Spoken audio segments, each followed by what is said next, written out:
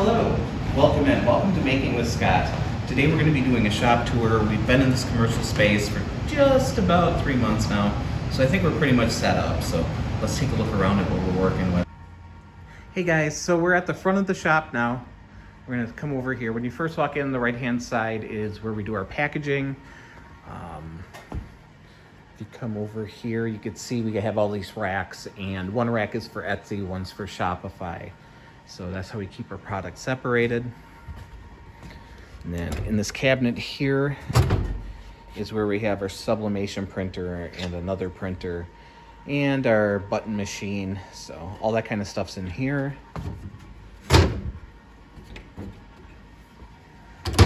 Go to the right here, this area here. Eventually we're gonna set up a little retail place and sell stuff in the shop once in a while. But we come across here.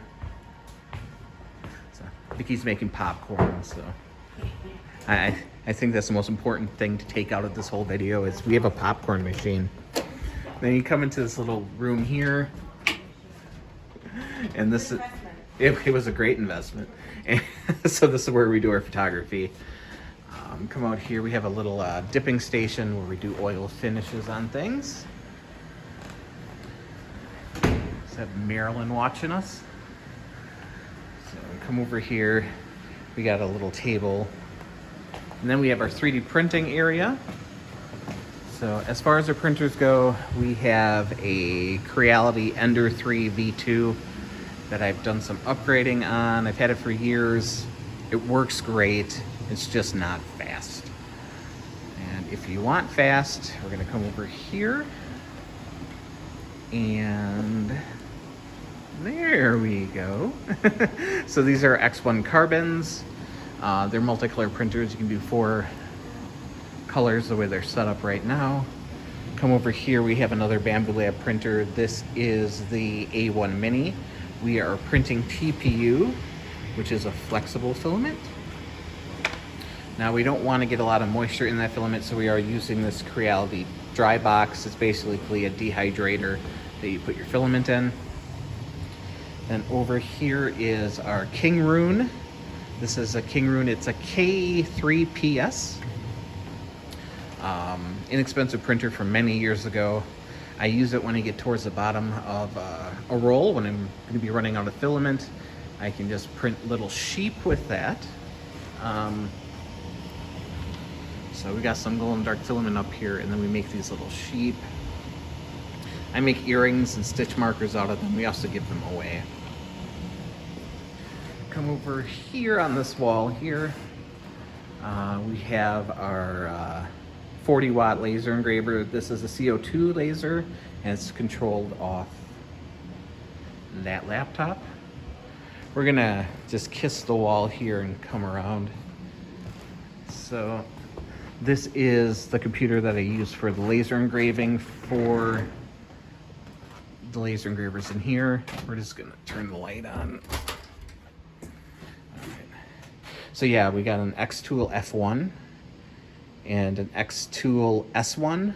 The S1 is a 40-watt. If you're curious on laser engraving, let me know. We can do a video on the basics of that. We'll come back to the center here. So we got one dust extractor here. That's not hooked up. Look, you gotta put that in there. But that is for our sanding station here. So it does a good job of blowing the dust, sucking the dust in. Coming to the wall here, we have a drill press. This is a Nova Viking. It's a very nice drill press. Then we have a little area here where we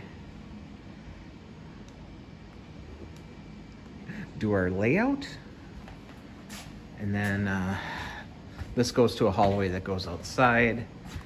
For sharpening my chisels, I use a Rikon low-speed grinder with CBN wheels.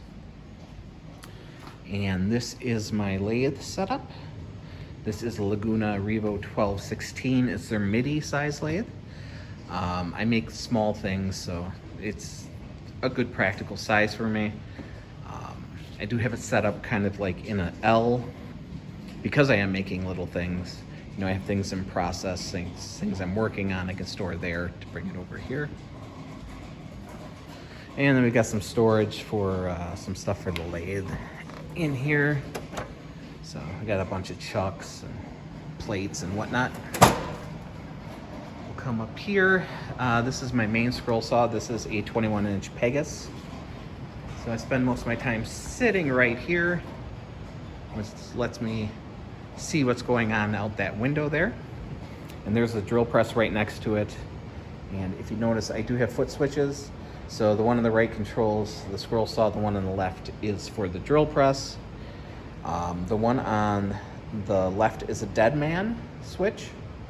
So a momentary switch, you put your foot on, it turns it on, you take it off and shuts it off. On the other side is a power maintain switch. So you click it once, it'll turn it on, click it again, and you'll shut it off. You know, I think it would just probably be easier just to demonstrate that. So the right foot, come on. Step. Saw is now on. Step again, and it shuts off. And then I'm just gonna step on the one on the left. Running. Take my foot off and it stops.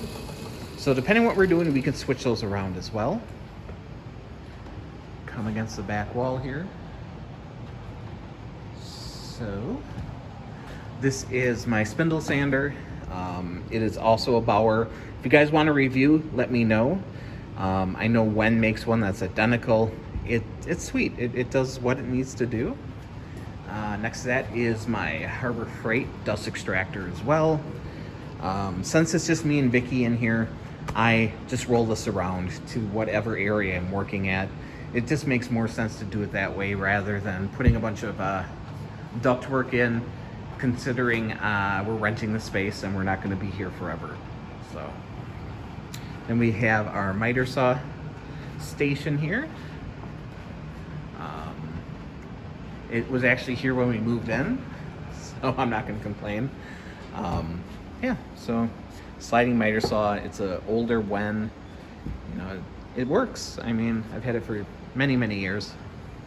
And then we have the DeWalt planer.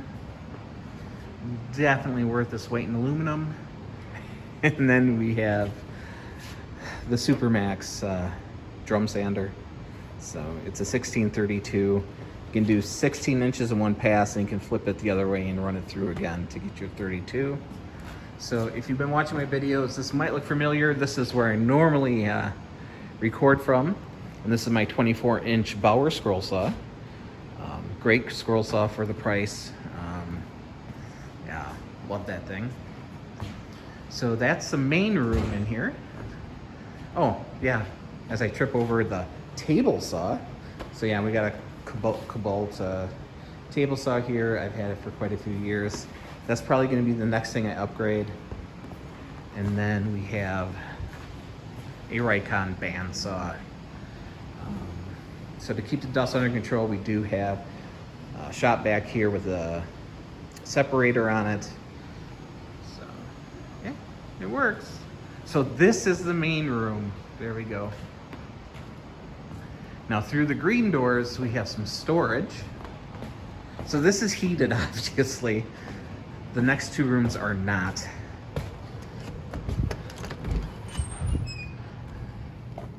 So it's very warm today. We're in the 40s. So yeah, it's like 42 degrees in here. So I have some racks with wood and, you know, just a bunch of hand tools, power tools. And then, you know, just bins of stuff, because we all have too much stuff. Then we got some wood storage up here. Come around, hang on a second, yeah. Cover up that pinup model. Oh, I'm bad at that. Anyway, we have storage here for some boxes. Then we have wood storage back there as well. And then we also have one more room.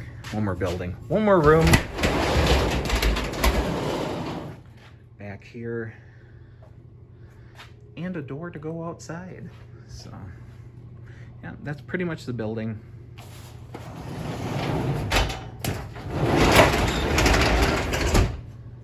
very grateful to be able to work from here. It's less than a 5-minute drive from home.